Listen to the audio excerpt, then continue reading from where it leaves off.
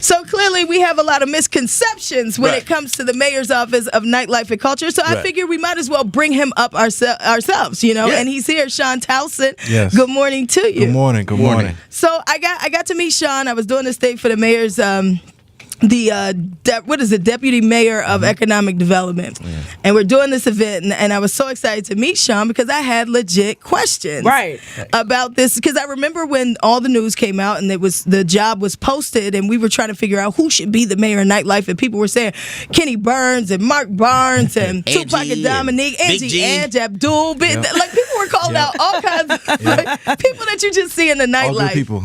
Yeah, great people, but we didn't quite qualify for the mayor's office of nightlife. I realize that. I tried to apply. And culture. Yes.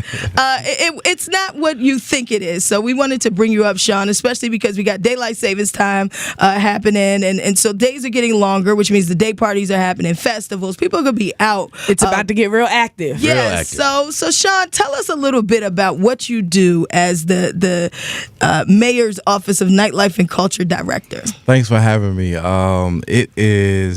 It's a lot. I'll say that I do know there was about 480 something applications for this position. I was one of them. and you know, apparently there was some highly qualified people, but you know, at the end of the day, I'm grateful to Mayor Bowser for appointing me. But the gist of this office is we serve as a resource to nightlife businesses. So that's businesses after 5 p.m.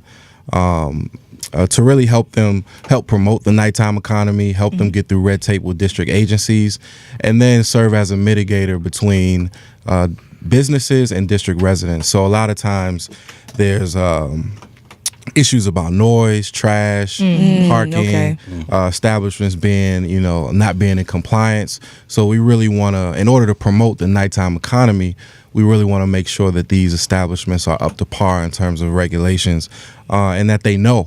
A lot of times these businesses just don't know that they are out of compliance or that they're doing something wrong, and then the only time that they're alerted to it is when they get hit with a fine. Right. So we don't have any regulatory or enforcement authority. So we are simply a resource and a place for businesses to go when they need assistance or need to ask me a question. You don't want to go ask a police officer, hey, is it okay to do drugs? Right?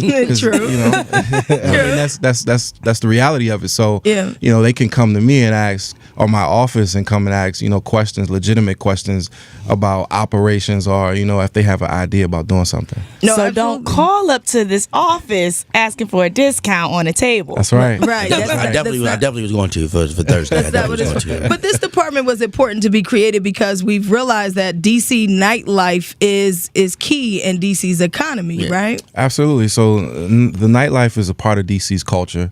In New York, they just did a case study, and it showed that $697 million was the financial impact that nightlife had on their city. Wow. Of course, there are thousands of nightlife establishments more than DC, but it just goes to show you how much of an impact the nightlife really has on the city. So of course we'll be looking at doing a similar study here in DC, but I could only imagine, we're somewhere in that $400 to $500 million range. Wow. So it was very important. I think the mayor and council member Brandon Todd both recognize the economical impact that nightlife, not just hospitality, because nightlife often gets submerged in this hospitality bubble.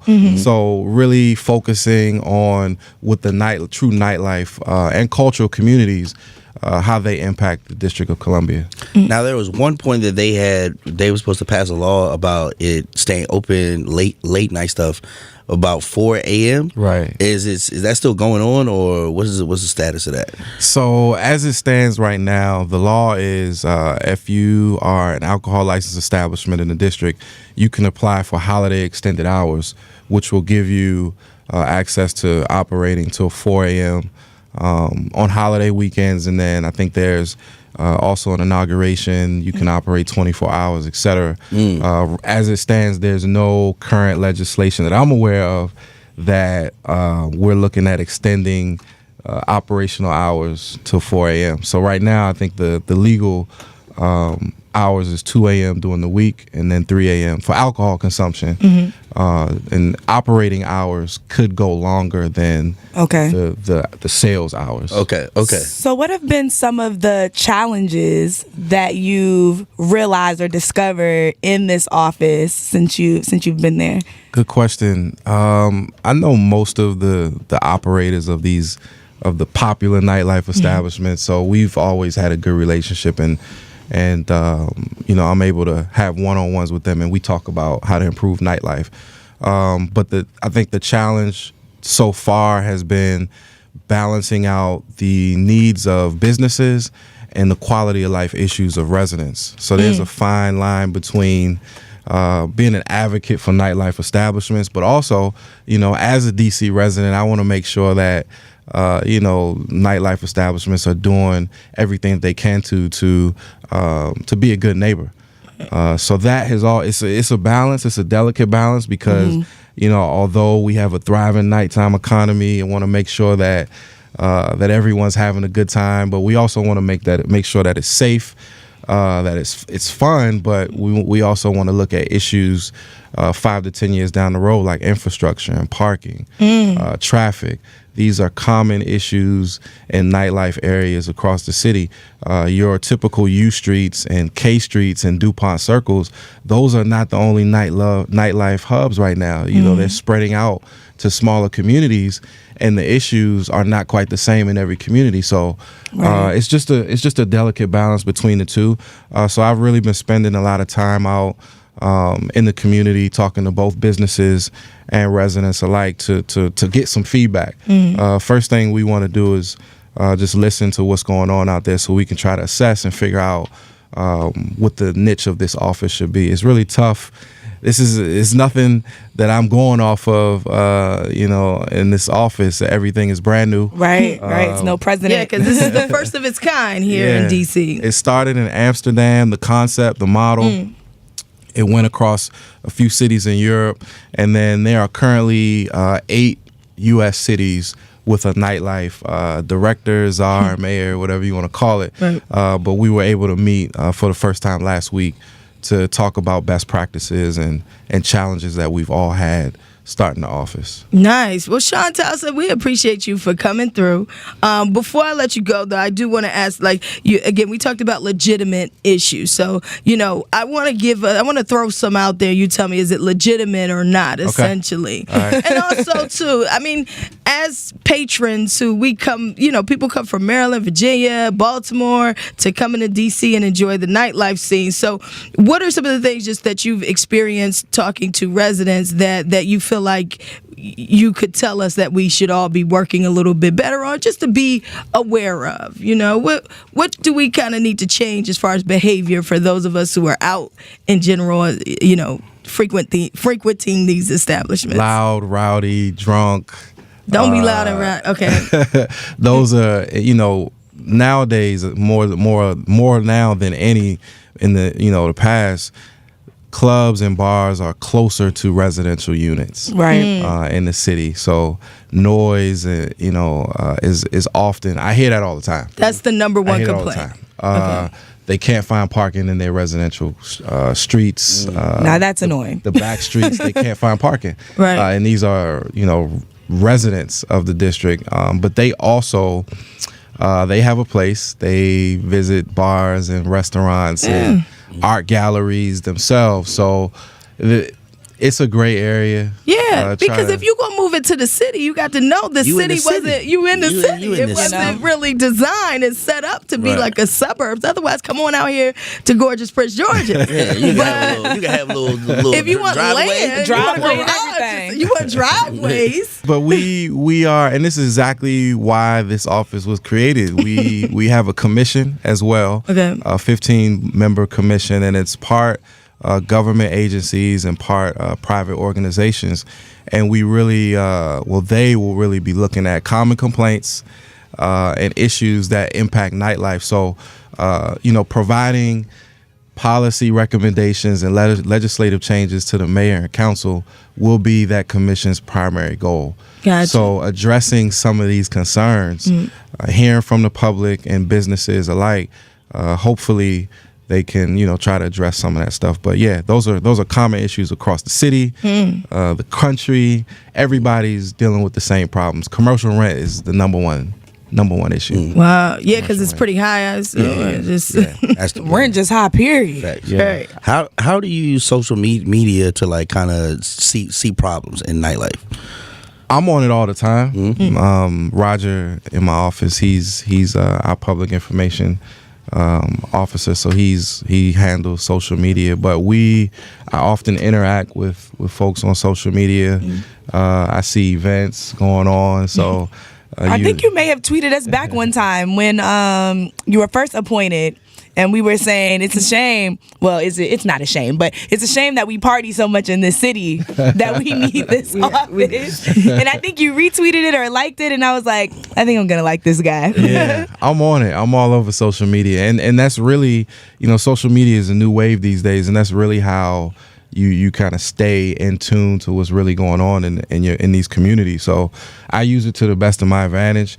We are at DC MONC, that's DC Monk, on all social media platforms. I'll get in trouble if I don't say it. Absolutely. DCMONC. Correct. Okay, we're going to follow you. Absolutely. Follow Shawn. And if your waitress is not bringing something, do not at them, please. Well, there's nothing that they can do about it. We want to understand, legitimate complaint or not. So, for example, let's say I go to a bar and I ask for a Hennessy and Coke, but when I sipped it, right, it tasted like not real Hennessy. Oh my goodness. Okay. A couple places. They literally have poured another brown in there, and it's not Hennessy. But they charged me $14 for the drink. Oh my goodness. Can I then bring a complaint to you? So there is, I'm glad that we're doing this. There is an agency that would look into a complaint like that, and that's the Alcoholic Beverage Regulation Administration. So call them. Okay. All right. So once again, don't call me, is what he said. Don't call me for this. That's fair, but it's good to know there's a place you can go. So now let's say you don't get a response from that agency. Yeah. Then it becomes a nightlife issue that we would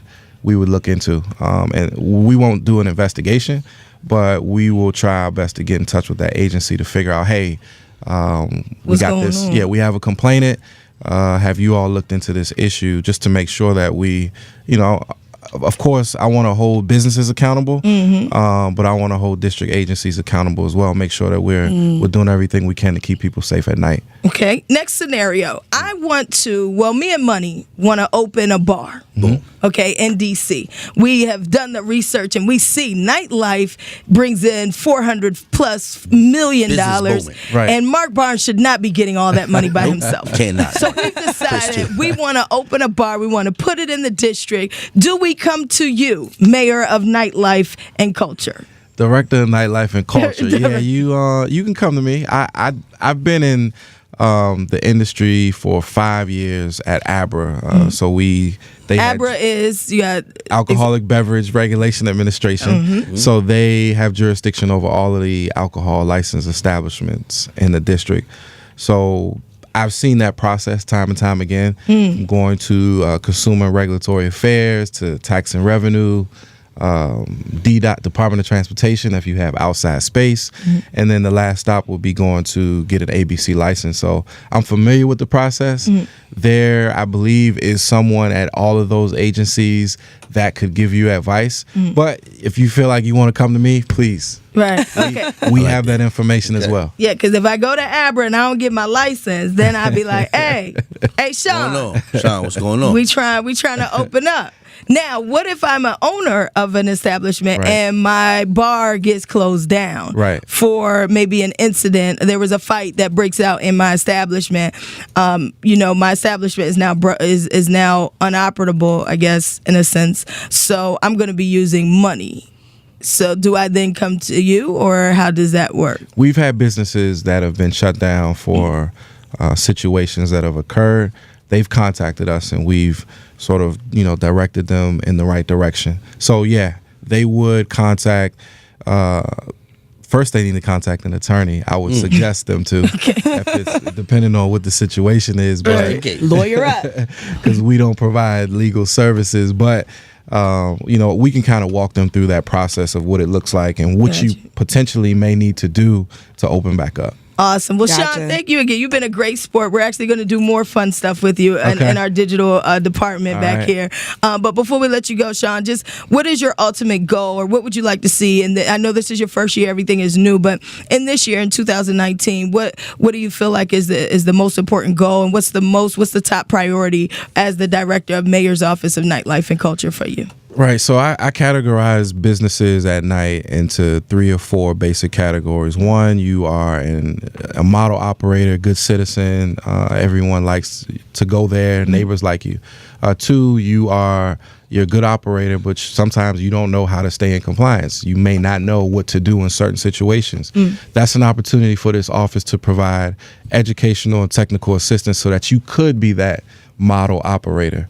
And then there are businesses out there who really just don't care. And that's where the enforcement regulatory agencies may have to come into play. It's a small margin. However, it's a huge cast over nightlife because of the very few establishments that make it creates the stigmatism for DC nightlife. So really working with those 2 categories of nightlife establishments to help them get to that gold standard, providing training, making sure that we have trainings available quarterly to businesses so that they know the regulations. Sexual harassment is a common training right now. It's being required across the country in nightlife businesses. So just making sure that establishments are trained, that is a primary goal of ours for 2019. Gotcha. And then also really just working with the commission to really look at these issues that affect infrastructure and communities across the city.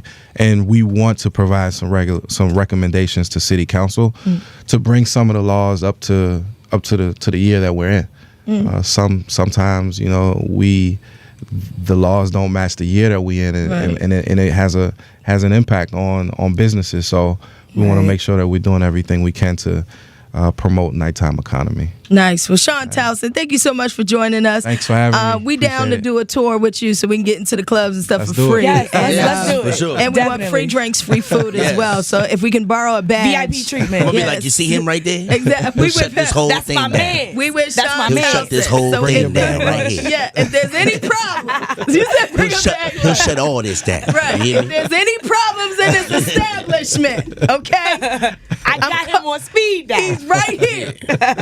Anyway, we'll be on play tour with with me. Shawn Townsend soon for the DMV. All right, so thank you so much, man. Thank That's our you. Director of the Mayor's Office of Nightlife and Culture with the Angie Ange Morning Show. All right.